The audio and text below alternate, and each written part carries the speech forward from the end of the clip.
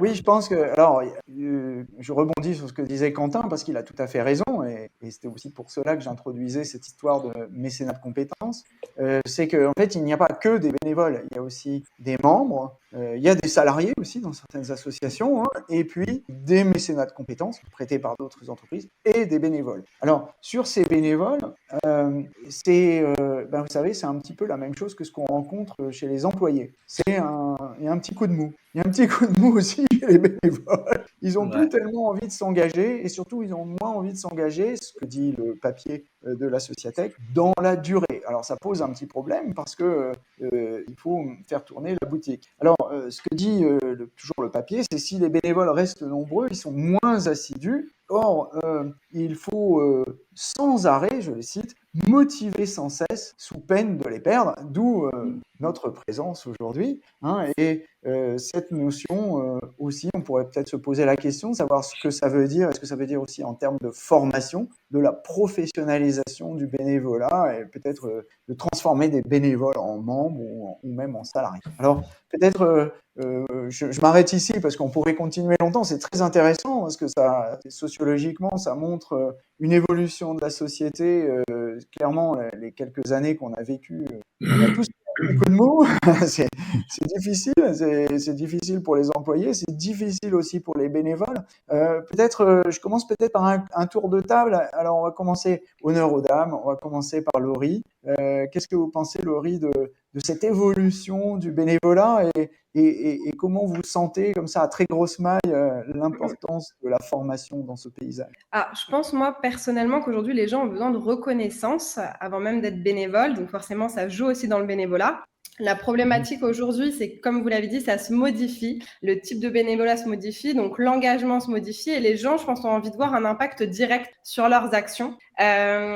Aujourd'hui, la problématique des associations, c'est un peu la problématique partagée par les entreprises aussi. C'est comment recruter, comment fidéliser. Parce que recruter des bénévoles, en soi, c'est pas très compliqué. Il y a énormément de plateformes. Mais aujourd'hui, c'est comment fidéliser les bénévoles. Et c'est exactement la même problématique qui se joue aujourd'hui en entreprise. Et l'un des leviers intéressants, c'est pas le seul, mais c'est un levier pour moi important, c'est la formation et surtout la montée en compétences des bénévoles, que ça puisse leur servir dans leur vie professionnelle, d'une part pour développer leur employabilité, mais aussi dans leur vie personnelle pour développer les soft skills, qui jouent aussi bien entendu dans la vie professionnelle. Donc la formation, pour moi, c'est un enjeu important aujourd'hui, que ça soit pour les seniors, mais aussi pour l'ensemble des bénévoles, pour pouvoir développer d'une part leur employabilité et se développer eux-mêmes. Bien, excellente introduction. Merci Laurie, j'ai bien fait de commencer par vous. On voit effectivement que cette affaire de formation n'est pas un sujet, je dirais, d'opportunisme, c'est un sujet profondément important. Je vois Akio qui acquiesce, c'est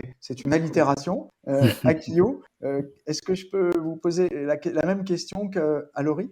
Oui, bien sûr. Je vais compléter ce que disait Laurie avec qui j'étais effectivement en accord. C'est que aujourd'hui, on voit bien que dans notre société, que ce soit les salariés ou les bénévoles, tout le monde est en quête de sens à chaque action qui est menée.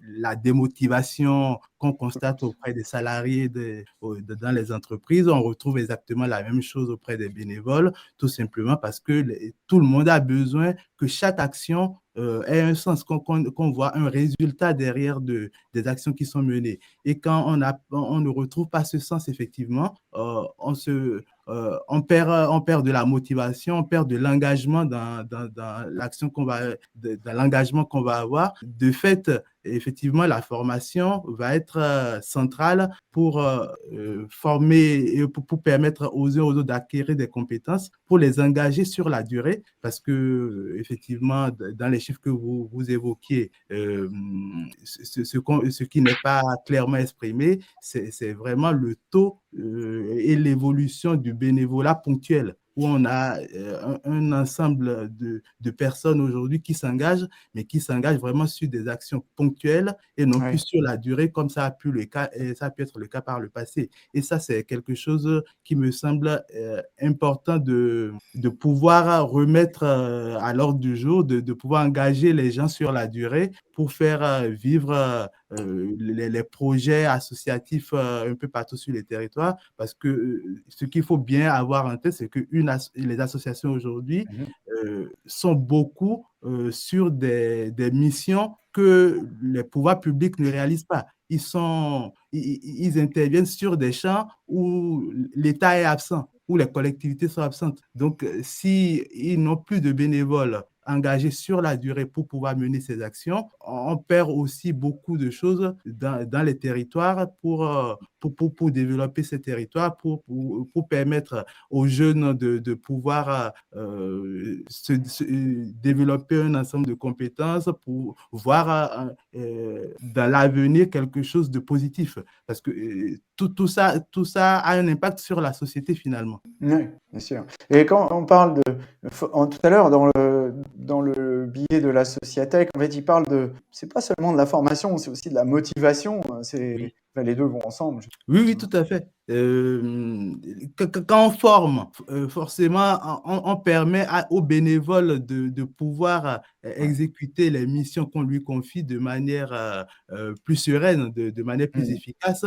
Donc, automatiquement, on influe sur sa motivation de venir s'impliquer au quotidien et on influe donc sur son engagement sur la durée et forcément, on va aussi influer sur sa capacité à parler de l'association autour de lui, auprès de ses proches qui vont peut-être aussi venir s'engager auprès de cette association-là pour développer les projets qui sont menés. Donc, ça a un intérêt multiple de pouvoir de former les bénévoles au sein des associations.